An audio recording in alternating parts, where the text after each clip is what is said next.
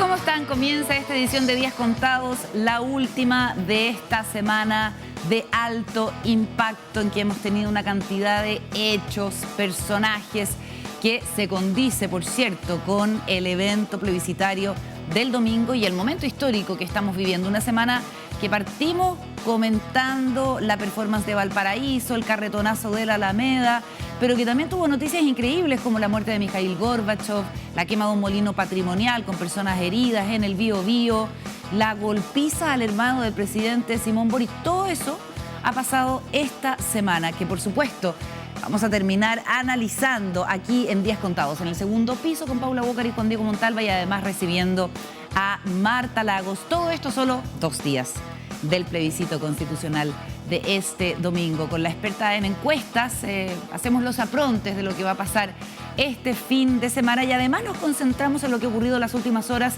en Argentina con esto que aparenta ser un intento de magnicidio de Cristina Fernández. Estaremos conversando con un columnista, un periodista argentino en esta jornada en que además se ha decretado feriado en ese país. Con todo esto comienza Días Contados, contamos todo, contamos con todos.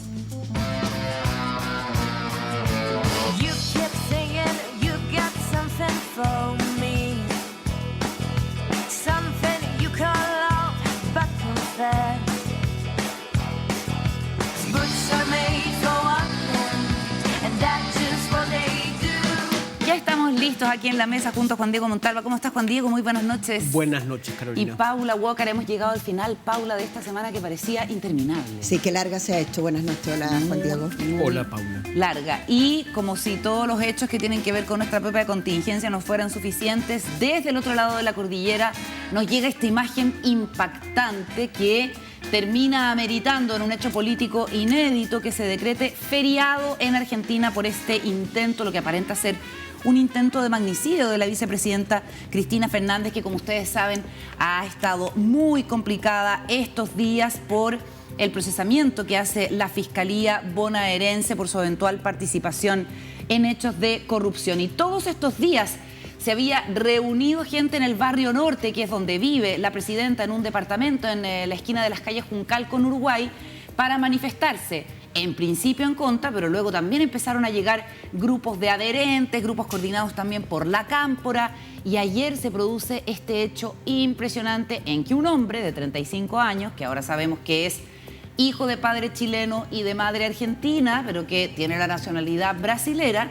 saca una pistola, se supone, intenta dispararle a la vicepresidenta Cristina Fernández. El hombre está detenido, está causado conmoción, por supuesto, distintas interpretaciones en Argentina, y queremos analizarlo todo junto a Ignacio Zulueta, que es periodista, columnista de Clarín, escritor, consultor político, doctor en filosofía y letras. Ignacio, muchísimas gracias por el contacto con nosotros acá en Vía X desde Argentina. ¿Cómo estás? Muy buenas noches. Muy buenas noches, ¿cómo les va? Mi apellido es Zuleta, no Zulueta. Zuleta, perfecto. Gracias por la corrección. Como y disculpa. está ahí escrito, muy bien. Bien. Ignacio, cuéntanos lo primero, ¿cómo se han vivido estas horas locas, podríamos decir, en que además se decreta feriado nacional allá en Argentina? Bueno, yo como, si bien soy periodista de política, conozco de este hecho lo que han visto ustedes por televisión, porque no se sabe otra cosa. Además son especulaciones que surgirán de la investigación. El efecto conmueve en la Argentina, porque la Argentina es un país muy pacífico. A diferencia de otros países de la región, en la Argentina no hay violencia política, no hay violencia sobre políticos. Acá se producen grandes transiciones entre familias políticas muy contrarias históricamente y se alternan en el ejercicio del poder, como ocurrió con la coalición Cambiemos, con Macri, y ahora la coalición Frente de Todos con Alberto Fernández y Cristina Fernández, y esas transiciones son absolutamente pacíficas, a diferencia de otros países de la región, donde ha habido violencia, destitución, desprestigio, etcétera. Acá no, la Argentina es un país muy pacífico, cumple el año que viene los 40 años de el periodo más largo de estabilidad institucional. Entonces, un hecho como este, que hasta ahora es un hecho policial. Hay un marco político que permite hablar de que hay un atentado de una organización política o un adversario. Es un hecho policial, conmueve porque instala o brota el fantasma de la violencia política, que la Argentina vivió en su pasado, hace ya medio siglo, con un enfrentamiento que costaron vidas. Eso es lo que, además, bueno, afecta a la vicepresidenta de la Nación, que además está en un proceso preelectoral, además tiene reproches judiciales, pero creo que el hecho del que estamos hablando tiene que ver menos con la política y con la situación judicial que con el efecto fama que suele ocurrir con las personalidades públicas de alta exhibición, que ustedes saben, muchas veces despiertan, por lo que se sabe hasta ahora, este tipo de situaciones de violencia individual. Hola, Ignacio. Juan Diego por acá. Te quería preguntar, Ignacio... Juan Diego, ¿cómo estás? Bien, bien. Gracias por estar con nosotros. ¿Me puedes explicar este tema del día feriado? ¿Por qué? ¿Por qué se hace un día feriado? ¿Es tan fácil hacerlo? En Chile No, hay que es pasar una por reacción del gobierno. Es una reacción del gobierno habría que analizar o preguntarle a ellos qué han querido, pero evidentemente lo que se ha buscado es motivar un día de reflexión, que la gente abandone sus actividades y piense en los efectos de la violencia política, pero creo que no es lo más relevante. En Argentina hay muchos feriados. Para mí no es lo más importante.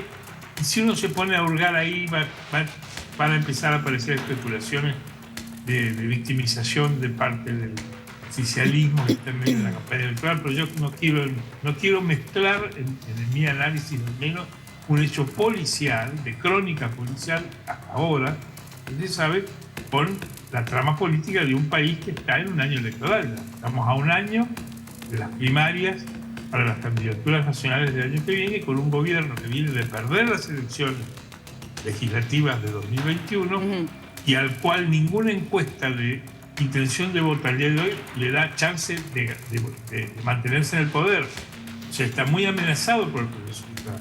Pero, reitero, me parece inconveniente mezclar este hecho de índole policial con la trama política. Bueno, escuchemos, Ignacio, ya retomamos la conversación, la declaración que hace el presidente Alberto Fernández después de conocido este hecho que ha causado conmoción en Argentina. He dispuesto a declarar en el día de mañana feriado nacional para que en paz y armonía el pueblo argentino pueda expresarse en defensa de la vida, de la democracia y en solidaridad con nuestra vicepresidenta. Bueno, hay que decir que la solidaridad del continente también se ha expresado. El presidente Gabriel Boric ha repudiado este ataque a través de su cuenta de Twitter. El intento de asesinato, dijo el presidente, a la vicepresidenta Cristina Fernández merece el repudio y condena de todo el continente. Mi solidaridad con ella, el gobierno y el pueblo argentino. El camino siempre será el debate de ideas y el diálogo, nunca las armas ni la violencia. Paula. Buenas noches, Ignacio. Gracias por acompañarnos. Buenas noches. Ignacio, ¿por qué no nos describe y no nos cuenta qué significa la figura de Cristina para el pueblo argentino? Bueno, Cristina de Kirchner es el presidente hoy, ha sido presidente 2 mandatos, es una de las líderes del peronismo, que es una coalición de partidos, digamos, de gobernadores. Es un país muy federal y ella tiene es la conductora del peronismo en el distrito más grande de la Argentina, que es la provincia de Buenos Aires. Ha representado esa provincia como senadora nacional y ahora como vicepresidenta. Ella es importante dentro del peronismo, no representa el sector mayoritario del peronismo. El sector mayoritario del peronismo son 15 provincias gobernadas por gobernadores peronistas, individualmente tienen más importancia que ella en el control de su territorio. y ella convive en una coalición. Es importante, pero hay ella ocupa un lugar de contrafrente, digamos, con el gobierno argentino. De hecho, vive desde el año 2019, cuando asume la vicepresidencia en la coalición del peronismo, vive una pelea permanente con la agenda de gobierno, en la cual ha perdido todos los objetivos que se propuso, una reforma judicial. Ella rechaza la política económica del gobierno al que ella pertenece de manera pública y manifiesta, ha rechazado el acuerdo con el Fondo Monetario que hizo el presidente Alberto Fernández, lo ha hecho público, ya se ha separado la gente del gobierno, su figura en ese sentido ha declinado mucho en la gravitación que pudo tener la agenda. Es la responsable del peronismo de la provincia de Buenos Aires, que es donde el peronismo tuvo la derrota más cataclísmica, digamos, más importante en las elecciones del año pasado, 2021. Se le reprocha esa derrota y va hacia un proceso electoral el año que viene el peronismo, donde se volverá a plantear la división que históricamente ha tenido el peronismo. El peronismo desde su historia, es un movimiento que tiene más de 70 años, ha tenido dos conductores, fueron Juan Perón y Carlos. En los otros periodos ha vivido como una coalición, como un concierto de fuerzas locales que han ido buscando la forma de ir a elecciones, ganarlas, gobernar. Ignacio. Digamos que eso está abierto ante un proceso del año que viene, el cual es difícil el peronismo alcance la competitividad que tuvo en 2019, que la tuvo porque se unió después de una división de muchos años. Sí, Ignacio, ¿y cómo describiría usted la relación que tiene con el presidente Alberto Fernández? ¿Se percibe una relación muy tensa? ¿Y es así? Pésima, sí, hoy día se han publicado en los diarios de Buenos Aires los insultos más soeces que tiene la presidenta Fernández. Pero es público, no es nuevo. Alberto Fernández ha sido un contradictor durante muchos años de Cristina de Kirchner, la acusó después de ser su jefe de gabinete de corrupción, de estar mezclada con el asesinato de un fiscal de Nisman, llegaba al Estado de organización de la Comunidad Argentina. Se acercaron en 2019 para reunificar el peronismo y no volver a perder las elecciones, como les había ocurrido en 2015, pero esa relación no se ha vuelto a recuperar.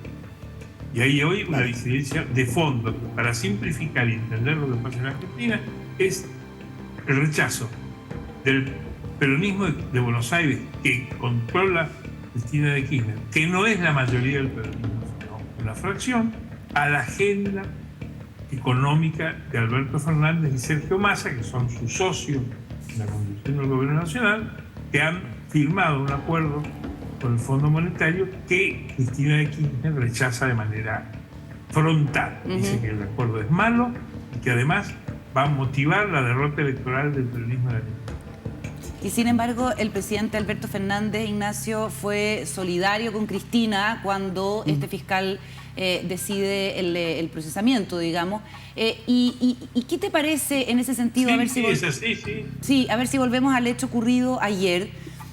Dos cosas. ¿Cuál es el perfil de este atacante? Que obviamente allá, a través de la prensa, el reporteo, la investigación, puede estar más fresco, más reciente, saber quién es este sujeto. Y por otro lado, ¿qué te parecen ciertas sospechas que han surgido por el hecho de que, bueno, afortunadamente no se concreta el ataque con arma y que ocurra precisamente en este momento tan complicado judicialmente para Cristina? Sobre lo primero no puedo agregar más de lo que ha dicho la prensa porque no estoy en mi investigación, yo no soy cronista policial, no tengo fuente ni tengo llegada yo soy columnista de política. No tengo eso tendrían que apelar a un especialista en cuestiones policiales, siga esto. Creo que ni ha declarado, está detenido. Eso sobre el personaje que aparece en la televisión cometiendo delito de agresión con un arma, que es gravísimo. En el momento en que ocurre, yo no tengo ninguna hipótesis, porque para mí no es un hecho de violencia política, por lo tanto, no está relacionado con la puja política ni con la campaña electoral. Creo que por lo que aparenta ser, es un hecho que ha ocurrido en otros lugares, que es el ataque a una persona notoria, una persona que está en el centro de la escena. Es lo que cuentan las crónicas de anoche que pude ver en Buenos Aires. Dicen que este personaje que ha sido detenido está registrado en numerosos reportajes de televisión donde aparece insultando a políticos del gobierno y de la extrema oposición. En la Argentina hay una fracción muy minoritaria que se dice libertario, anarco-libertaria, que representa un economista, Javier Milei, que fue diputado nacional, muy identificado, está a la derecha de la derecha.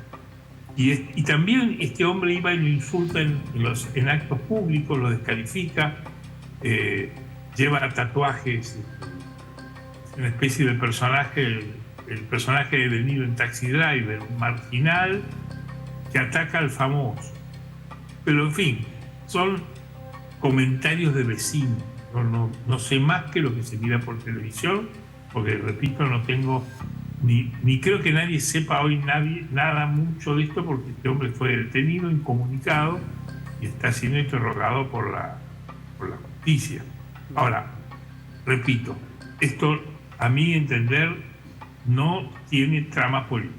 Que como se trata de un político de alto relieve, esto pueda tener efectos, no lo dudo.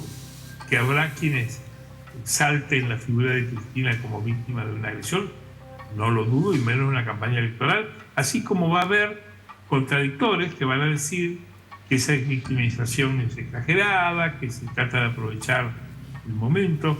Ahora, en eso hay que ser muy escéptico. Esto no le agrega ni le quita votos a nadie, ni a la oposición de la Argentina, ni al oficialismo, porque la Argentina es un país de un voto muy estable, donde los partidos políticos representan de manera muy adecuada a la sociedad argentina, tanto que el 80% del voto se sindica en estas dos grandes familias. No existen indignados ni de ultra izquierda ni de ultraderecha.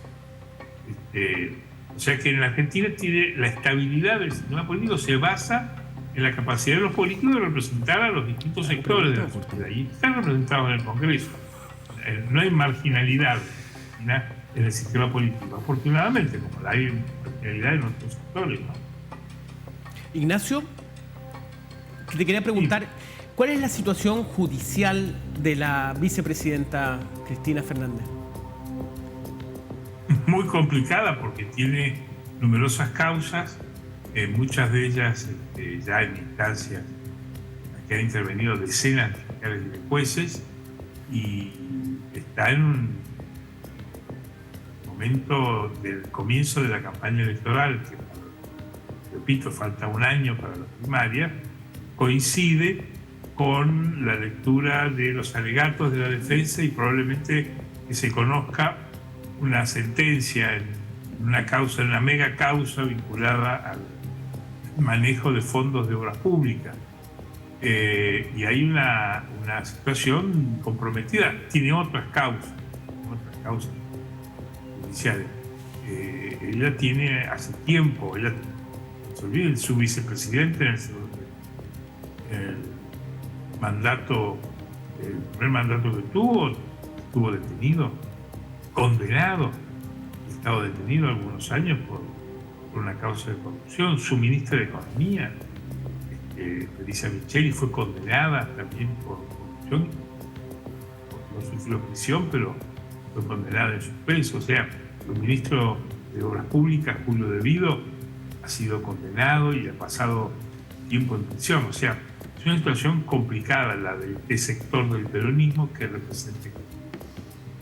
Que no es todo el peronismo, esto no compromete a la mayoría de los gobernadores del peronismo, casi no hay ese tipo de situación. Es una situación de ella y de su gobierno que fue muy largo. Si uno mira el ciclo de la familia Kirchner, comienza en 2013 y termina en 2015, fueron 12 años de gobierno. Y ahí ha habido, según la justicia y según denuncian la conducta de ese gobierno, numerosos hechos de corrupción. Pero en fin, eso lo dice la justicia, todo en condiciones Ignacio. de juzgar. Sí. Ignacio, al comienzo mirábamos unas imágenes y se ve grupos de personas apoyando fuera de la residencia de la vicepresidenta. Suelen estar como muy ordenados y con consignas, más parecieran como una especie de barra, ¿no? De barra de fútbol. Y se habla mucho de la cámpora. ¿Nos puedes contar brevemente qué es la cámpora? No, la cámpora es un sector, es un invento, es un operativo periodístico. Han encontrado los periodistas para designar a militantes de lo que llamamos acá el cristianismo, del ala cristianista del peronismo. Pero no tiene ninguna formalidad institucional, no son un partido político, son una orientación dentro del peronismo que exalta la figura de Cristina Kirchner y, digamos, actúa como cargos públicos en las áreas de gobierno en que ella tiene injerencia. Pero no es nada, es peronismo. Es el nombre que recibe desde el periodismo una agrupación de periodistas. No tiene ningún diferencial especial. Gracias. Muy bien, Ignacio, agradecemos mucho la conversación que has tenido con nosotros esta noche desde Argentina. Muchas gracias, buenas noches. Yo les agradezco muchísimo la consulta y que tengan buenas noches. Muchas gracias. Gracias. Bueno, así las cosas están en Argentina y nosotros que creíamos que teníamos una realidad un poquito bizarra. Movida. Sí, claro. Me llama la atención que él lo restringe al ámbito de lo policial, esta analogía que hace con el personaje de Taxi Driver. Está bueno eso. Claro, y los antecedentes que se tienen de esta persona es que era como un fanático, que participaba como en distintos grupos en redes sociales. Es bien simbólico esto que dice también, sí, que lo habían simbólico visto, de la sí. salud mental, que lo habían visto, participaba como donde había algún tipo de actividad, claro. Con cámara estaba él, a Javier Milei, que es el político ultraderechista, también a Cristina Fernández. Entonces, tiene sentido la tesis de Ignacio Zuleta. Del Taxi Driver argentino. Travis, ¿cómo se llama? Travis Bickler, o algo así, sí. el personaje de Robert De Niro. Oye, nos vamos a la pausa. Al regreso estaremos con Marta Lagos acá en el estudio de Días Contados. Ya estamos de vuelta en Días Contados en esta edición de viernes, cerrando esta semana tan clave de cara a lo que va a pasar. En realidad la semana se cierra el domingo. Marta Lagos, ¿cómo estás? Bienvenida. Muy buenos días, noches, tardes. Exacto. Porque hoy día estamos digamos, en este día que va a durar como 50 horas hasta el domingo, ¿no es cierto? Tal cual, tal cual. Oye, vamos a estar analizando tus aprontes para lo que va a ocurrir el domingo, teniendo en cuenta que estamos ya en un momento donde la ley electoral impide, por ejemplo, que se conozcan encuestas. No va a ser el caso, pero sí podemos hacer que me análisis vengan político. a tomar presa nomás. Sí, aquí estoy. Como mártir de la libertad. Va a aparecer después con la Claro, aquí estoy. sí, con la, ¿cómo se llama? Con la esposa. Oye, siempre es bueno tener una alternativa a la locura política. Y aquí en Docu, que es un canal hermano de Vía X, encuentras una programación además con énfasis en el mes que está comenzando, septiembre. Porque durante septiembre el canal Docu exhibe una retrospectiva del premiado director chileno Patricio Guzmán. Mañana sábado desde las 20:25, desde las 8:25 de la noche, se emite Nostalgia de la Luz y luego El Botón de Nácar. Docu emite exclusivamente documentales y lo pueden encontrar en la señal 756-756, como dice ahí en pantalla, de BTR. Y si no lo tienes, pídelo a tu cable operador. Una maravilla el canal Docu, que les estamos aprovechando de presentar si es que no lo conocen. Bueno, ¿por dónde partimos, Marta? ¿Qué dirías tú que es lo más significativo de lo que tenemos que fijarnos en el domingo? ¿Participación? ¿Diferencia entre una votación u otra? Sí, mira, a medida que ha ido corriendo esta semana, se me ha ido decantando esta idea que tenía en la parte de atrás de mi cabeza, de que en realidad toda esta competencia es una competencia no entre la izquierda y la derecha, sino que entre el conservadurismo y el progresismo. Y nosotros vivimos los primeros 20 años de la transición con la idea, ¿no es cierto?, de que la mayoría del país era progresista, se eligieron 4 gobiernos de la concertación, etcétera, etcétera, y después vino la alternancia. Ahora, la alternancia vino, lo que es muy bueno para la democracia, con la expectativa de que iba a surgir una derecha moderna, una derecha centrista, una derecha europea, ¿no?, con la llegada de Sebastián Piñera. No estoy inventando una historia, esta era la historia que cuando lo estábamos viviendo en el año 2010. Pero bueno, vino el terremoto, vino la crisis económica y, digamos, América Latina empieza en un declive importante de su democracia, incluido Chile. Y nos encontramos hoy día, ¿no es cierto?, en una situación completamente distinta en la cual hemos tenido 2 alternancias seguidas. Monoalternancia. Está bien, ¿no es cierto? Hemos tenido 2 alternancias seguidas y hemos tenido la alternancia más brutal en términos políticos, ¿no es cierto?, con un declive brutal no solo de la democracia, sino que de los partidos políticos, con la llegada de esta nueva élite, ¿no es cierto? ¿Nueva élite o nueva generación? Nueva élite. Yo creo que es una nueva élite, porque hay un quiebre en los partidos. Y el quiebre en los partidos se va a notar el domingo 5, o sea, el lunes 5. ¿Por qué? ¿Por qué? Porque resulta que esta coalición, que no es coalición, está formada por el pasado y el futuro. La élite nueva y la élite pasada. Y la gran pregunta es, ¿estas 2 élites se pueden formar en una sola coalición? ¿Se pueden juntar? Sí.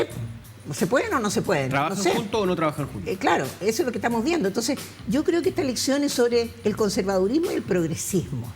Porque la vieja coalición de la concertación se dividió en 2. O se dividió, ¿ok? Y una parte se fue, digamos, hacia el rechazo y la otra se quedó con el apruebo. ¿Y qué es lo que está en discusión al final?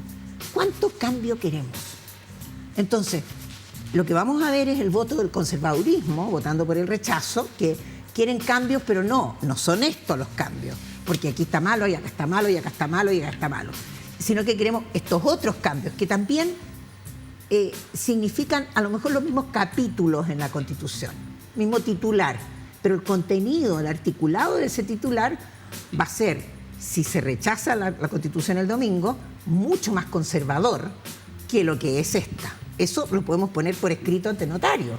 Quedémonos. De que estamos frente a una elección que nos va a traer una visión, yo creo, paradigmática, distinta de lo que creímos que era Chile hasta la alternancia, ¿no es cierto? Que era un país que tenía mayoría progresista. Ahora, nos cambiaron las reglas del juego varias veces, porque pasamos del voto obligatorio al voluntario. Y hay que decir una cosa que es bien importante. Este plebiscito es igual al del 88. ¿Igual? Igual. ¿Por qué? Te digo por qué. Porque resulta que, en primer lugar, en el 88 estuvieron inscritos el 97% de los chilenos, o sea, la totalidad. Se autoinscribieron, o sea, sí, era... automático, o sea, perdón, era voluntario. Se inscribieron el 97%. En esta elección están inscritos el 100%. Ya, con un mecanismo distinto, pero es el mismo resultado. En segundo lugar, en el 88 votó el 97 sobre el 97, es decir, casi todos los chilenos. Ah, mira. Entonces, hay una similitud en que, digamos, hay 2 momentos en la historia de Chile en que todos los chilenos han estado inscritos y todos los chilenos están llamados a votar con voto obligatorio. 88, 2022... Los 2 tienen voto obligatorio. El 88 era obligatorio. Obligatorio. Sí, entonces tenemos obligatorio, claro, con voto total, o sea, con inscripción total. Y lo que nos dice el CERVEL es que hay más de 14 millones de chilenos que fueron a ver dónde votan. Es decir, vamos a tener una votación que es contradictorio con lo que acabo de decir.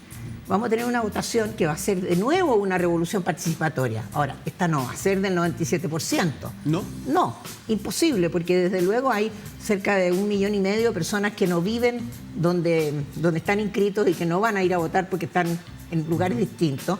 Y en segundo lugar, porque hay una cantidad de chilenos que viven fuera de Chile, sí, que están en el padrón y que no han actualizado su domicilio. Que es el mismo cálculo que hacía Pepe Auto ayer. Entonces, tenemos aquí más o menos 1 millón, no se sabe, 1 millón de personas o 700.000. Entonces, la cantidad de gente que efectivamente no tiene, es lo que nosotros llamamos el votante probable, que es el gallo que puede ir en bus o en auto a votar, o caminando, ¿no es cierto? Son más o menos 13 millones. Entonces, me parece que nosotros estamos frente a una revolución participatoria porque ya vamos 3 encuestas que dicen que va a votar más de 11 millones, entre 11 y 12.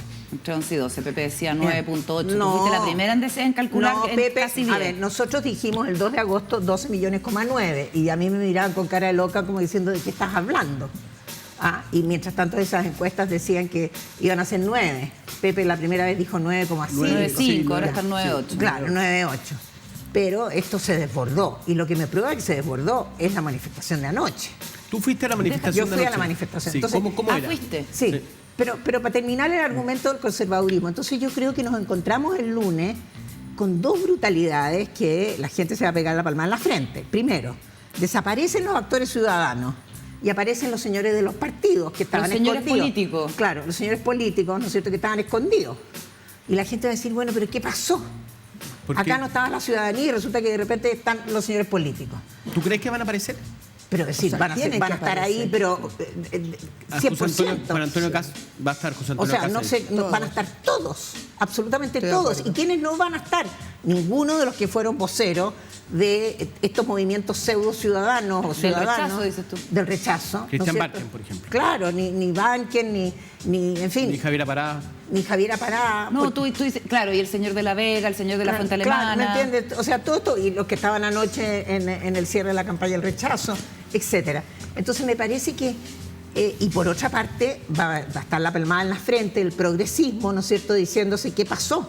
¿Por qué el país votó una versión más conservadora? O sea, tú dices gana el rechazo.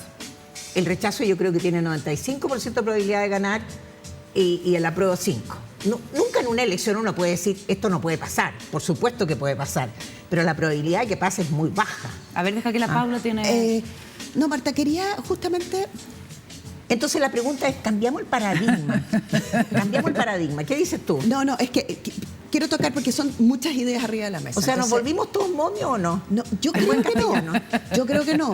Pero a mí me gusta mucho la hipótesis de lo conservador y lo progresista. Estoy contigo. Creo que esos son dos. Es mejor que la izquierda y la derecha para O sea, creo que a la interpretar. gente, en realidad, ser de izquierda o ser de derecha es una versión ya como añeja. Es más, no sé cómo definir No es el izquierda. instrumento adecuado. Claro, porque además cuando tú tienes gente de la izquierda que se pasa para el otro lado, entonces tú decís, bueno, ¿de qué izquierda estamos hablando? Entonces, me gusta conservador y progresista. Entonces, lo que te quiero preguntar es, después de la manifestación de anoche, que fue de verdad una cosa muy como apoteósica, ¿no? Después de los datos de las personas que van y consultan para saber dónde están y quieren votar, esta idea de que tú misma Vamos a tener una planteas, revolución participatoria. ¿por qué tú piensas que va a ganar el rechazo y no el apruebo? Bueno, a ver, en primer lugar, en Santiago gana, en la región metropolitana gana el apruebo masivamente. Es por eso que ayer hubo lo que hubo, ¿no es cierto? Mira, y eso ahí está la imagen. es una confirmación, digamos, de la ventaja del apruebo en la región metropolitana. Que no es poco. No, que no es Pero menor. Tú son seis- relativizaste un poco lo de ayer, tú, cuando Sí. estuviste. Yo creo que, sí, yo creo que efectivamente ayer hubieron una cantidad, es una de las manifestaciones más grandes que yo he visto desde el año 88. No he ido a todas, pero he ido al 90%. Ya. A ver, había un ambiente que era el ambiente de la vieja política de los años 60. Ya. Yo era adulta por ahí, ¿ya? Y uno Desde iba- esa época eras adulta. Desde esta época. Muy Lola, muy Lola. Final de los años 60. Entonces, claro, había esta cosa como... Y a mí me dio mucha pena hoy día en la mañana en el Canal 13 ver que estaban haciendo un reportaje sobre la basura. Cuando ayer se congregaron cientos de miles de personas en la Alameda, no hubo ni un saqueo, ni una... ni una manifestación ni violenta. ni una piedra, Un puñete. ni un puñete, ni una trifulca de ningún tipo. Y lo único que quedó fue la basura. Yo digo, aplaudo la basura. Ojalá todas las manifestaciones nuestras terminaran con un problema de basura. Ya, pero ¿Ah? lo que dice la Paula, tiene... Entonces, sí, yo creo que gana el Santiago. apruebo en la región metropolitana, pero el apruebo perdió votos en el sur. ¿Y en el norte? En el norte, Boric ganó por 4 puntos y esos 4 puntos hoy día son menores. Con suerte gana con 1 punto. Entonces, ¿cómo compensa? Porque esto es un tema de cálculo, Sí, ¿no es pues. cierto? Tú dices, bueno, ¿dónde hay mayoría, dónde hay minoría? En el sur, el apruebo pierde más ventaja respecto al rechazo que lo que hubo en la segunda vuelta de la presidencial. Y en el norte, al menos pierde 1 o 2 votos, pueden empatar. Entonces, ¿qué tiene que hacer Santiago para compensar eso? Tendrían que tener, en la segunda vuelta de la presidencial, Boric y Kast tuvieron algo así como 18 puntos de distancia. Ya. Wow. Tendrían que tener 27 puntos de distancia. ¿Me entiendes? O sea, tendría que haber una desproporción muy grande de votos en la región metropolitana para poder compensar el triunfo del rechazo en el norte y en el sur. ¿Y en Valparaíso? ¿Valparaíso Y también a Valparaíso hay que sumarlo con Santiago, digamos, Ya, Valparaíso-Santiago. Pero- ¿no es cierto? Entonces, estamos aquí ante una... Esto ha pasado en muchas partes de América Latina. Tú tomas Ecuador, Guayaquil versus Quito, tomas Brasil, norte versus sur, tomas México. En muchas partes de América Latina el voto se ha vuelto geográfico. Entonces, cuando te dicen, mira, ¿qué es más importante, las mujeres o los jóvenes? No, yo digo, bueno, donde tú vives, votas de acuerdo a tu experiencia de vida. Ok. Y la experiencia de vida del norte está marcada por la migración. La experiencia de vida en el sur está marcada por la violencia. Y eso es lo que marca el voto. Y Marta- No es tanto un voto de apruebo o rechazo a la Constitución, porque el voto que se está votando hoy día tiene, yo creo, 3 componentes. Uno es, por supuesto, la Constitución, pero tiene el componente económico de la inflación, de la crisis económica, del hecho de que hace mucho rato que estamos tratando de flotar aquí con la pera, tratando de respirar.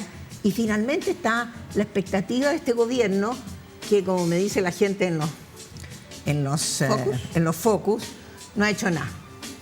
Entonces uno dice, bueno, pero este gobierno lleva 6 meses. No, es que no han hecho nada. Entonces, hay una expectativa, hubo una expectativa sobre este gobierno al inicio, de que llegaba con un entusiasmo y que el solo hecho de llegar iba a cambiar las cosas, y eso no ha sucedido. Bueno, no va a suceder tampoco. No pasa. Y entonces este gobierno es absolutamente víctima de sus propias expectativas, ¿ya? Y además de eso, tiene la tremenda desventaja que está dentro del Palacio de la Moneda. Y el Palacio de la Moneda es un Claro. símbolo del poder que abusa. Es un símbolo del privilegio, es un símbolo del que no hace, de los ingresos altos, es un símbolo de que tú estás en una cosa mirando hacia abajo, que ahora él se olvidó del pueblo. ¿Te das cuenta? Entonces, esta nueva élite, esto está escrito en la literatura, esta nueva élite, entra una nueva élite y la nueva élite se transforma inmediatamente iguales a las otras. Y deja Sí, es la de percepción ser, de las personas. Bueno, es lo que le pasó a los convencionales, ¿no es cierto? Los convencionales, que eran gente de pueblo, entraron a la convención y se transformaron en élite. La pregunta es si eso es mayoría. Esa es mi pregunta con respecto a las personas, porque las encuestas, y aquí corrígeme Marta, pero las encuestas sabemos que son respondidas por personas que tienen interés en la política, que podrán tener variedades, pero en general están como en la conversación pública. Hay un porcentaje gigantesco de personas que no han votado en los últimos 30 años, 20 años, van integrándose generaciones nuevas. Hay gente que no sabemos cómo se va a comportar electoralmente.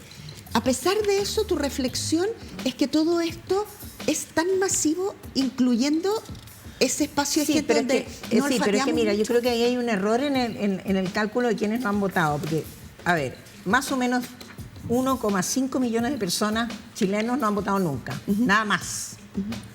El resto de la gente son votantes ocasionales. Es decir, votaron en algunas elecciones. Unos votaron en el plebiscito de entrada, los otros votaron el 16 de mayo, los otros votaron en la segunda vuelta. Hay gente que vota la segunda vuelta y no la primera, hay gente que vota la primera y no la segunda. Entonces, la suma de toda esa gente que ha tenido al menos experiencias electorales, digamos, en acontecimientos importantes. Es más ¿no? alta. Es muy alta. Entonces tenemos un 30% que vota en todas las elecciones. Más o ¿Un menos 30? Sí, No es mucho. nada más. Tenemos un 25% que vota frecuentemente, pero no todas. Se salta elecciones, se salta la de alcalde, se salta la de gobernadores, se salta, ¿me entiendes?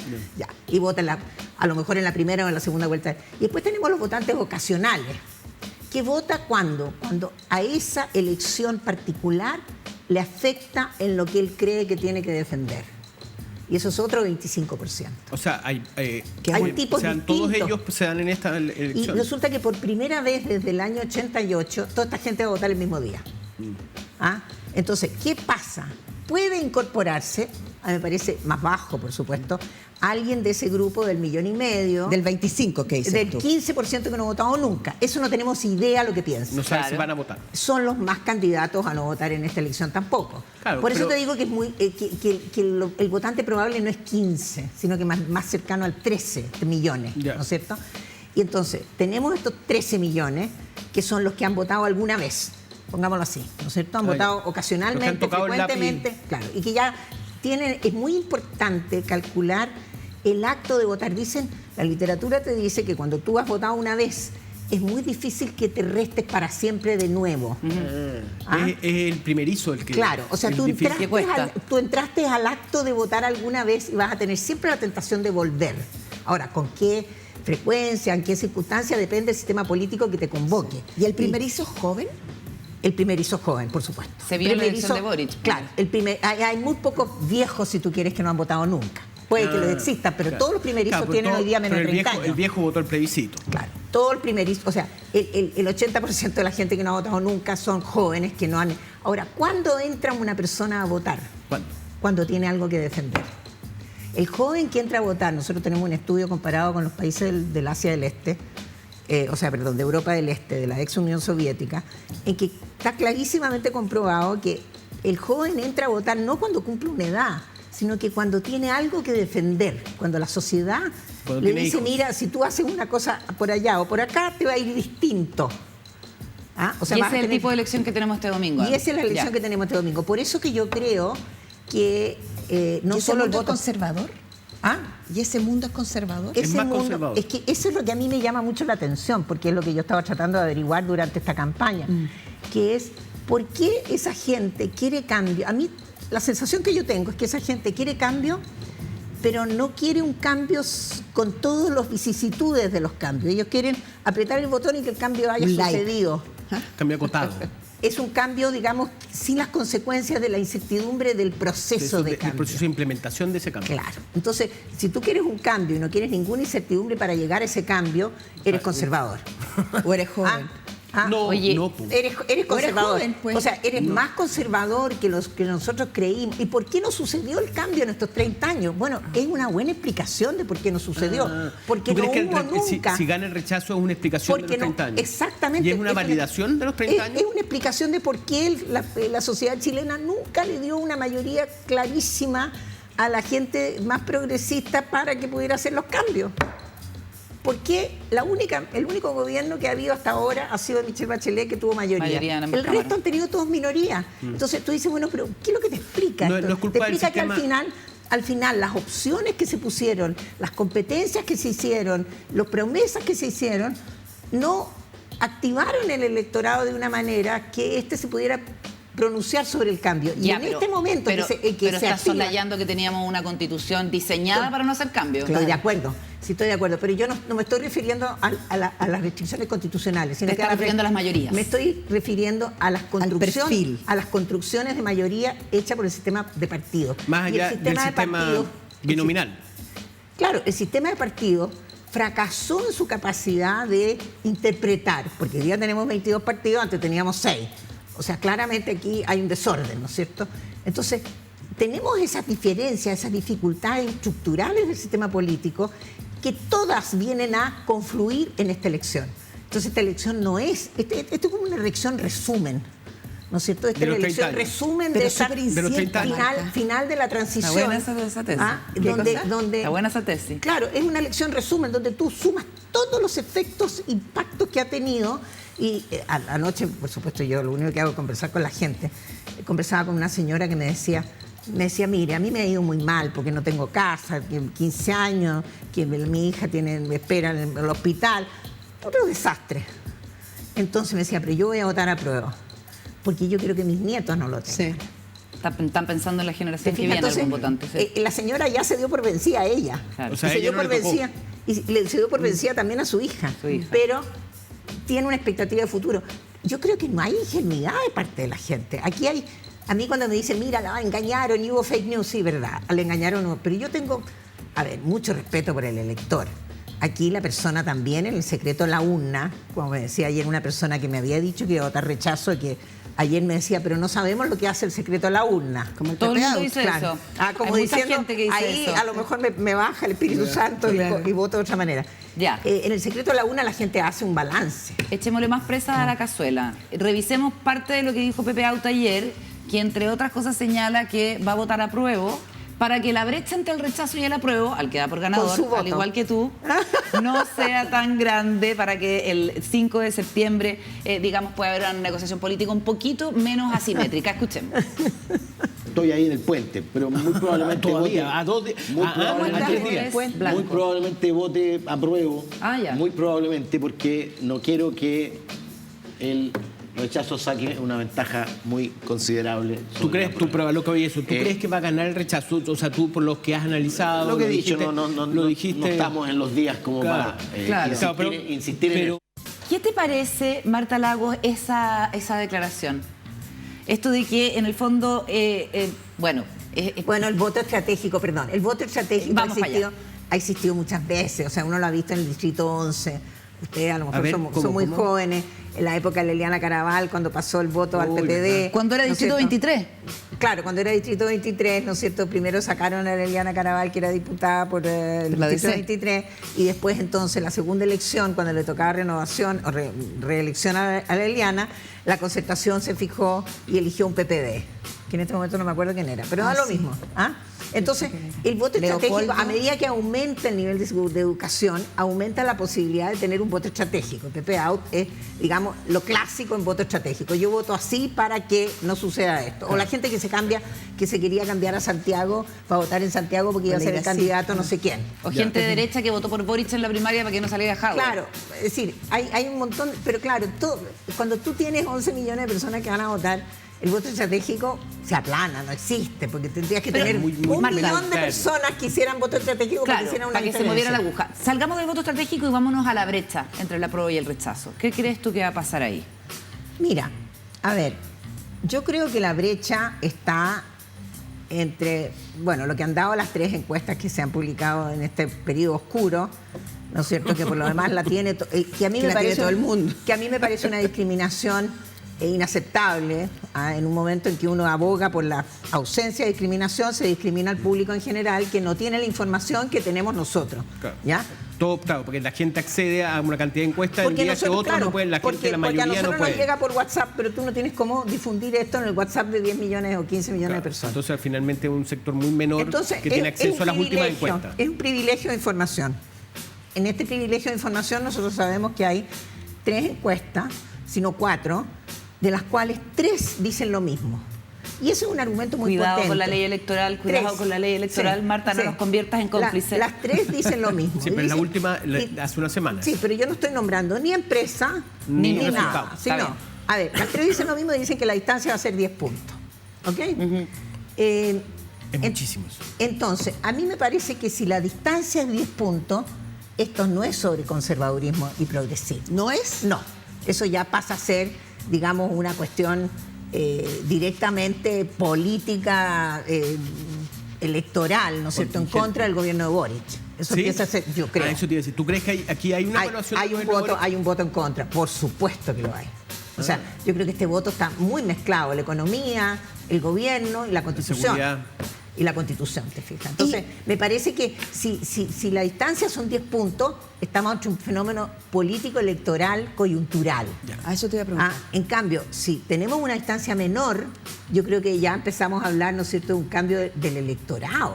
Porque, ¿por qué yo veo esa diferencia? Porque a mí se me hace muy difícil pensar que ese electorado de la Concertación, que se está pasando o sea, que ya está manifestándose por el rechazo, vuelva al progresismo. Y me estoy refiriendo a... Yo fui demócrata cristiana hasta el año 94, entonces conozco ese partido. En la democracia cristiana hay 2 almas. Una es el alma anticomunista y el otra es el alma decididamente progresista. Y el alma anticomunista es la que se pasó para el otro lado. Sí. Al rechazo. Con Por destacadas supuesto, pero por personalidades. supuesto. Entonces, a mí no me llamó la atención porque uno identifica a las personas. Entonces, ¿la brecha habría anticomunismo? ¿Sí, muy ancha la brecha? derechamente? También hay una... Ahora, el anticomunismo empezó siendo al inicio de la transición 60%. Mira. En el año 90. Sí, se medía eso. Y hoy Después de la se caída sigue del muro. midiendo. Y ¿La última- aversión al comunismo? No, claro. ¿Se mide así, tal ¿Por cual? cuál es el partido político por el cual usted no votaría nunca? Ah, correcto. ¿Ya? Ah, Esa razón, misma esa pregunta, que pregunta. es como se pide la... Entonces tú tenías 60% anticomunismo y 5% UDI. Hoy día tenemos 20% UDI, 20% comunismo. Como Anticomunismo. extremos. además. Anticomunismo. O sea, esos dos partidos tienen negativos, pero son bajos los negativos. Es decir, el comunismo bajó su negativo de 60 a 20, lo que es muchísimo, ¿no es cierto? Y yo creo que 20 es lo mínimo que va a llegar a tener, porque hay un anticomunismo, pero de la misma manera hay un anti-UDI que surgió paralelamente con la baja del rechazo al comunismo. Entonces, estos dos elementos juegan un papel en las elecciones. Oye, Marta, y cuando hablamos de conservadurismo y progresismo, ¿qué temas se asocian con la mirada más conservadora de Chile? ¿Y qué temas se asocian o qué causa con el progresismo? Mira, yo creo que el Estudio Mundial de Valores nos entrega harta información sobre eso, porque en primer lugar nosotros tenemos aquí nada más que un 9, un 10% de gente que se ubica en el postmaterialismo, lo que es que todo el medioambientalismo, los valores de los millennials, o sea, el progresismo, digamos, societal, civilizatorio, ¿ya? Que se instala en Noruega, en Suecia, etcétera, en países más avanzados de la Tierra. Derecho a la naturaleza. Claro, los derechos a la naturaleza, que están en la Constitución y que se entiende por qué la gente los rechaza, porque no los comprende, porque hay un segmento muy pequeño de la población que apela a esos valores, si tú quieres, más de la humanidad que del país. Así, apela a una cuestión coyuntural del país, sino que Como más bien universal. al futuro de la humanidad. La sustentabilidad que le llaman. Claro, la sustentabilidad, la ecología, el cambio climático, el derecho a los animales, etcétera, etcétera. Eso es una cosa, que yo llevaría los derechos de los millennials que se transforman en postmaterialismo. Hay solamente 10% de la población que se identifica con eso. Y por otra parte tú tienes un 65% de la población que se adscribe en la etapa materialista. ¿Y qué es lo que es la etapa materialista? Es la etapa materialista donde la señora con la que conversaba ayer, ella quiere una máquina lavadora de platos, una máquina lavadora de ropa, un internet, una cocina empotrada, y quiere tener el mejor perfume y plata para ir a la peluquería. Y vota O sea, apruebo, ¿me la lo de entiendes? ayer. O sea, puras cosas materiales.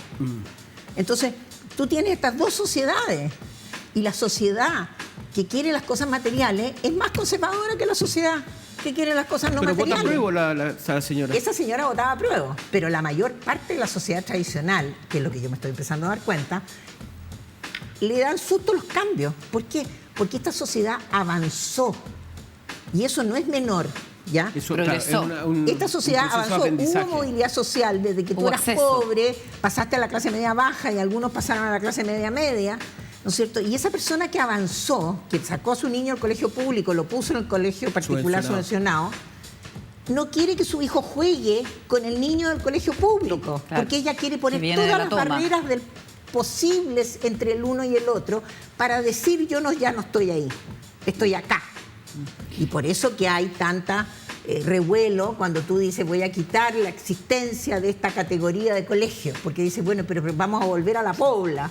O sea, el tipo que salió de la pobla no quiere volver a la pobla. Oye, entonces, déjame- yo creo que y esa persona vota conservadora. Vota conservadora. Esa persona no quiere ningún cambio, porque el cambio la aterra tener que, si es que no ha retrocedido ya, pero no quiere retroceder. Marta, déjame avanzar con otra de las cosas que pasaron en la semana. Estuvimos con Luis Cordero, que es panelista nuestro, a propósito de el revuelo que ha producido a nivel internacional el proceso chileno, en que intelectuales, figuras políticas, celebridades han estado comentando y mirando con mucha atención lo que está ocurriendo en nuestro país. Veamos la reflexión de Luis Cordero sobre ese asunto. Inevitablemente me vino a la cabeza todo lo que ha generado la discusión del texto, no solo a nivel nacional, sino que a nivel internacional. Y que citaron a Mark Rulfo acá también. O sea, es lo que provoca esta discusión. Cuando tú ves los partidarios externos del nuevo texto, lo que dicen es como el futuro, ¿no? Cuando tú ves los críticos de este texto, El o sea, pasado. la prensa económica internacional, el The Economist, el New York Times, que además le han dedicado editoriales. Bueno, hay que decir que durante todo el trabajo de la Convención Constitucional vinieron de visita profesores y profesoras de Derecho Constitucional de distintas partes del mundo que han tenido un contacto súper fluido con muchos de los constituyentes. O sea, de que esto que está pasando en Chile genera la atención por ser un proceso de vanguardia en el extranjero, no hay ninguna duda. Juan Diego. ¿A ti te ha tocado eso? Ver... Absolutamente, o sea, yo creo que efectivamente Europa mira con admiración esta Constitución, porque esta Constitución tiene cosas que se refieren al futuro de la humanidad, que van en el sentido correcto, Ya. pero que son justamente las cosas que no son coyunturales. Entonces, ahí es donde está esta tensión al interior de la Constitución, ¿no es cierto?, de proponer cuestiones tremendamente Universales. vanguardistas. Yo no diría que son de izquierda, son más bien vanguardistas. Y el temor es que el costo sea desatender los problemas, claro, digamos, históricos el temor que tenemos. es que, claro, yo creo que el temor es la no comprensión de problemas materiales. de una élite política más bien tradicional y más bien conservadora, de que eso sea necesario, de que eso tiene algún sentido, de que eso nos lleva para adelante. Yo creo que hay una especie de cuestionamiento a que la humanidad efectivamente va para allá. O sea, yo creo que el colapso climático es evidente, pero hay gente que todavía lo niega. Entonces, Marta, no lo ve como una urgencia. entonces esa gente reconoce esa franja, si tú quieres, progresista, millennial, que contiene la Constitución y que nos lleva a ser admirados por todo el mundo. Pero mientras tanto la señora de la población quiere ir a la peluquería. Marta, a mí me preocupa lo que decías del hecho de que este plebiscito sería una manera de evaluar también la coyuntura del gobierno. Sí. ¿Fue un error del gobierno involucrarse tanto primero si se involucró tanto y después si fue un error en el caso que se involucre tanto en la opción apruebo? Mira, yo tengo una opinión completamente contraria. Yo creo que mientras más transparente... Yo creo que la confianza y la desconfianza que nosotros sufrimos como sociedad se debe a una base de información totalmente imperfecta que tenemos los ciudadanos respecto de lo que pasa de verdad. Yo creo que en muchos otros plebiscitos el mandatario de esta envergadura, ¿no es cierto?, se ha manifestado a favor de alguien. Yo creo que el gobierno se debería haber manifestado a favor del apruebo abiertamente. Más aún de lo que dice. No, abiertamente, porque así es, y así es percibido por la gente. Entonces, el hecho que no se manifieste es esconder algo que se sabe. De la misma manera que también deberían haberse pronunciado por el rechazo los partidos de la derecha. Sí, y pero entonces la gente habría tenido una visión más transparente y más, digamos, efectiva para tomar su decisión. A lo mejor la decisión habría sido la misma, pero a mí me parece que las sociedades modernas hoy día no deben esconder nada. Y aquí se escondieron dos cosas. Uno, que se le prohibió al presidente decir por quién estaba, porque no lo dijo nunca, a pesar de que hizo muchos gestos. Y, por otra parte, se escondieron los partidos de la derecha, que la gente se va a levantar el lunes en la mañana y se va a pegar la palma en la frente y decir, José Antonio Casi ya lo dijo, esta victoria es nuestra, es mía. Es de la derecha, lo dijo hoy día en la mañana o ayer. ¿En serio? Sí, claro. ¿Apareció? Lo dijo. Mira. Lo dijo, sí. Entonces, yo te digo, eso a mí me parece que es parte de la crisis de la política, el ocultarle al elector elementos esenciales para que tome su decisión. ¿Qué tiene de malo? Yo te digo, los plebiscitos constitucionales que han habido en muchas partes del mundo, el otro día estuve revisando, 7 de cada 10, o sea, había transparencia. ¿Quién estaba a favor y quién estaba? Estoy de acuerdo con Es eso. verdad que ninguna... Porque Ahora, otra cosa es que hay una ley que te impide el gasto público. Eso sí, está bien, no se necesita gastar plata para decir yo estoy por el apruebo. Pero es verdad que nunca que el autor del libro ¿Por qué las democracias mueren? ¿Por qué mueren las democracias? En un Zoom que hizo con la Universidad de Harvard para hablar del caso chileno, dijo que nunca había habido un plebiscito en donde perdiera el apruebo después de un constituyente, de una asamblea constituyente. Eso es verdad. ¿Es verdad? Es efectivo, sí. Eso es absolutamente efectivo. O sea, sería Pero verdad. yo estoy en desacuerdo con ese autor, porque las democracias no mueren. O sea, si tú ves el libro central de la democracia de Robert Dahl, él dice, mira, hace 2000 años que estamos tratando de definir la democracia. La democracia es un ente vivo que se revitaliza y se transforma a medida que va pasando el tiempo. Por lo tanto, esto de declarar muerta la democracia es una cuestión bastante compleja. ¿Cómo declaras muerta? Él declara más bien una crisis. Sí, bueno, la crisis Fracaso. está bien. Bueno, la crisis de la democracia siempre. Crisis de todas maneras. O sea, Marta, siguiendo, a mí me parece... Tú sigues incómoda con esta cosa. No. Te quería decir el tema del habla veraz, ¿no? De hablar con la verdad. Yo estoy por esa posición. A mí también, a mí me gusta y creo que además conversa con los tiempos. Claro. Estos son tiempos donde finalmente rápido entiendes cuál es la verdad, rápido sabes quién mintió, rápido se sabe si fue un montaje o no fue un montaje. En ese sentido, la vocera del gobierno, vocera que todo el mundo sabe que pertenece al Partido Comunista, que ha tenido un desempeño que si a uno le dicen ella es comunista, tú dirías, no suena la imagen como de una persona que pertenece al Partido Comunista. No es come guagua. Claro, ha dicho y ha puesto un concepto que yo creo que puede ser un concepto relevante para las personas al momento de bajar el miedo. Y ella ha hablado de gradualidad. En todo aquello que el gobierno va a implementar, siempre habla de la gradualidad. Y lo han demostrado en este poquito tiempo. ¿Te hace sentido ese concepto? Me hace sentido para la sociedad chilena, que aparentemente es bastante más conservadora de lo que uno tenía pensado. Pero, ojo, que el mundo digital va en contra de la gradualidad. Sí, es instantáneo. Porque en el mundo digital tú aprietas una tecla y sucede. Bueno, tú eres la gran mujer digital. Ya, entonces resulta que ¿cómo compatibilizas tú esta inmediatez? Yo creo que la inmediatez del mundo digital también distorsiona las expectativas, porque tú puedes efectivamente hacer cosas en el mundo digital que antes tenías que ir al centro, entrar al banco, depositar, te demorabas toda la mañana, y hoy día te demora exactamente 3 minutos y medio en tu celular. Claro. Entonces, hasta yo creo que esa demora inmediatez versus, ¿no es cierto?, la gradualidad es difícil de imaginar. Yo creo que hay una cosa que tiene América Latina, y Chile en particular, que tiene que ver con la dimensión del tiempo. Nosotros vivimos, a pesar de que hemos crecido mucho, a pesar de que hoy día hay clase media, a pesar de que hemos cuadruplicado el PIB, vivimos todavía en la inmediatez del día. Y el futuro de la gente, el futuro es el 18 de septiembre y la Navidad. O sea, la gente hoy día se está planificando. No existe el año 2024. Entonces tú le haces una pregunta a una persona en una encuesta y le dices, ¿usted en los próximos 5 años dónde va a estar? No tiene la más remota idea. O sea, ¿me entiendes? Te contesta respecto a las próximas 4 semanas, pero no es capaz de proyectarse. O sea, la pregunta respecto a las próximas 4 semanas y los próximos 5 años es idéntica a la respuesta. Oye, sigamos. Entonces, claro, la gente quiere, y por eso que el gobierno de Boric no tiene una aprobación positiva. ¿Por qué? Es porque la gente cree que las cosas pueden suceder en el clic. Claro. Y que el futuro son las próximas 3 semanas. La expectativa en ese sentido son entonces, tremendo.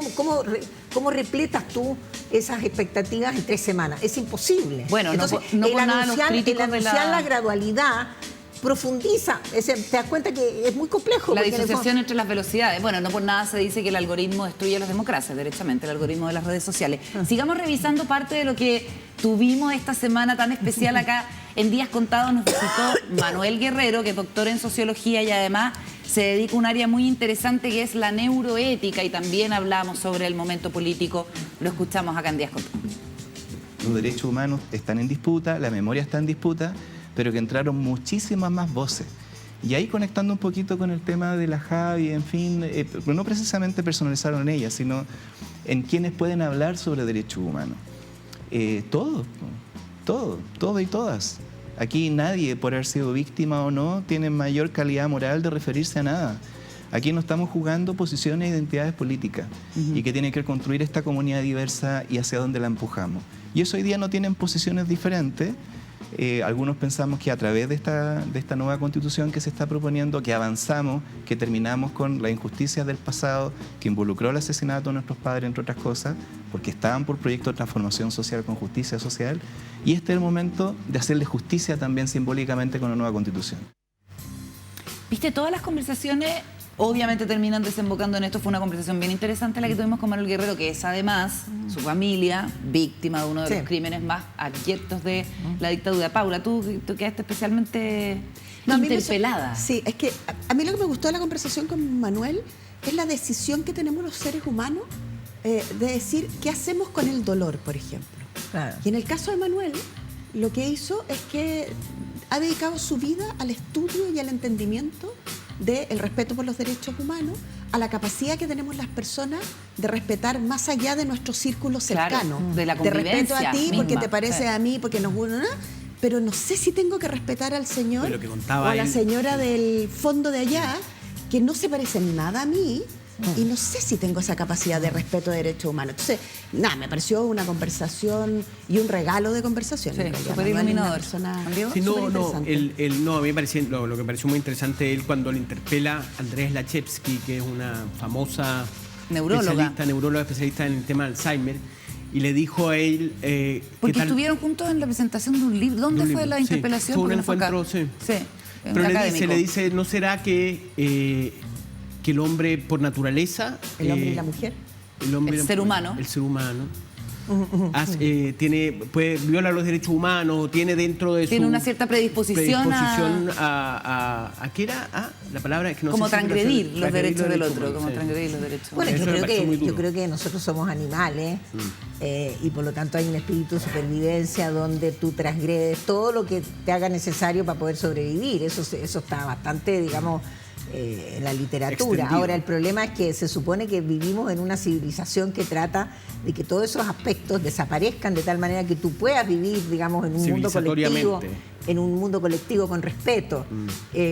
Yo creo que la violencia que nosotros tenemos hoy día obedece a que no hemos sido capaces de poner un rayado de la cancha donde esos respetos se validen por sí mismos, ¿no? ¿Nunca se han puesto No. o se perdieron esos límites? yo creo que bueno, a ver, oí en la mañana a Andrés Velasco decir que el problema que tenía esta nueva constitución era que no tenía plata suficiente para sustentar los derechos que ahí estaban, ¿no? Y yo decía, bueno, perdón, pero el Estado chileno nunca ha tenido la plata para sustentar el Estado de Derecho que merecemos. O sea, empecemos por ahí. Todo país, Entonces, todos los estados no tienen... Claro, entonces yo La digo, demanda es este es un infinita. Estado débil, sabemos que es un Estado débil, que nunca ha tenido el dinero para tener la cantidad de carabineros, de ambulancias, de hospitales, de en fin, PDI, etcétera, que se requieren para que podamos bajar los niveles de violencia. Entonces, el argumento es como que se me desarma por ese lado, porque la violencia viene precisamente de no ser capaces como civilización de tener un rayado de la cancha que te permita que tú adentro no tengas que luchar por tu supervivencia. Marta, Entonces, como que hay ahí una cuestión básica, yo creo, ¿no? Lo último, Paula. última pregunta. Pregúntame por la UDI. No, la figura, La UDI, la figura de Michelle Bachelet puesta en este momento de la campaña. La idea de una Michelle Bachelet que llega con un montón de transformaciones, que no le va todo lo bien probablemente que ella esperaba.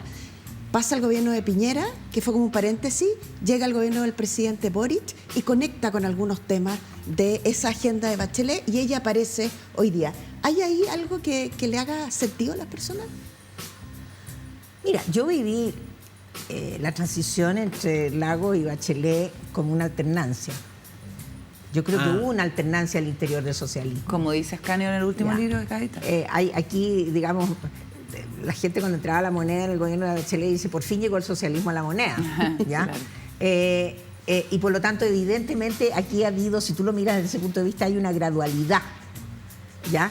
Y mientras, digamos, estos jóvenes de esta generación que ahora están en el poder negaron los 30 años, después se dieron cuenta que en Abraza realidad, a Bachelet. claro, después se dieron cuenta que en realidad había habido un camino intermedio, ¿no es cierto? La Bachelet hoy día es la mandataria que tiene más influencia en Chile, nosotros lo medimos en la última encuesta, que tiene más influencia en Chile y que conecta con mucha La gente. exmandataria más relevante en Chile. Nosotros La siempre exmandataria más relevante Siempre en Chile. estamos contigo cuando dice la Bachelet, le decimos Bachelet Sí, claro. o la presidenta, así que tengo que hacer lo mismo, Marta. Perdón. ¿Dije la Bachelet? Sí, perdón, disculpe. No te preocupes, Michelle Marta. Bachelet. Michelle Somos Bachelet. varios. Por lo demás, vivíamos en el mismo edificio, la conozco desde que somos ¿Ah, sí, chicos. Sí. Entonces, yo creo que aquí hay un reconocimiento, ¿no es cierto?, una maduración de esta Del personaje. juventud, ¿no es cierto?, que empieza a ver que en realidad todo lo que se hizo en el pasado no fue tan malo como ellos decían. Ellos querían en el fondo igualar la cancha en este círculo para que la gente no tuviera elementos de supervivencia que tener que matar al otro, ¿no es cierto? pero yo creo que el Estado chileno es un Estado débil, que también le falta plata, que le ha faltado plata durante todos estos años y que el argumento de la plata para la nueva Constitución es un argumento falaz. Completamente falaz. Entonces, me parece que ahí el tema del respeto al otro tiene que ver con este rayado de la cancha. Y este rayado de la cancha no es reconocido y eso es falta. No es excusa, pero la falta, digamos, de capacidad del sistema político de haber transmitido esos mensajes. Claro, la importancia ¿Qué viene de eso. después ¿cierto? ¿Qué viene el 5?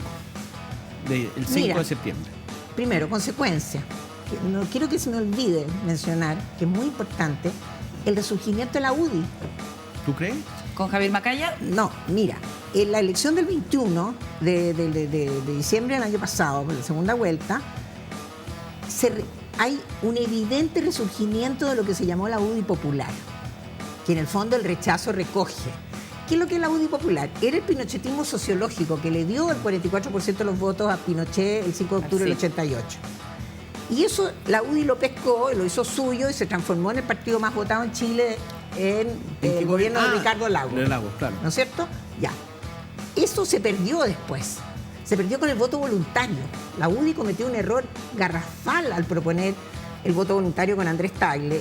Yo lo conversaba con Andrés Tagle, porque perdieron esa base popular, que son los primeros que se quedan en la casa con el voto voluntario. ¿Y por qué se está recuperando ahora? Se recuperó en la Con segunda Kast, vuelta. que no es de la UDI.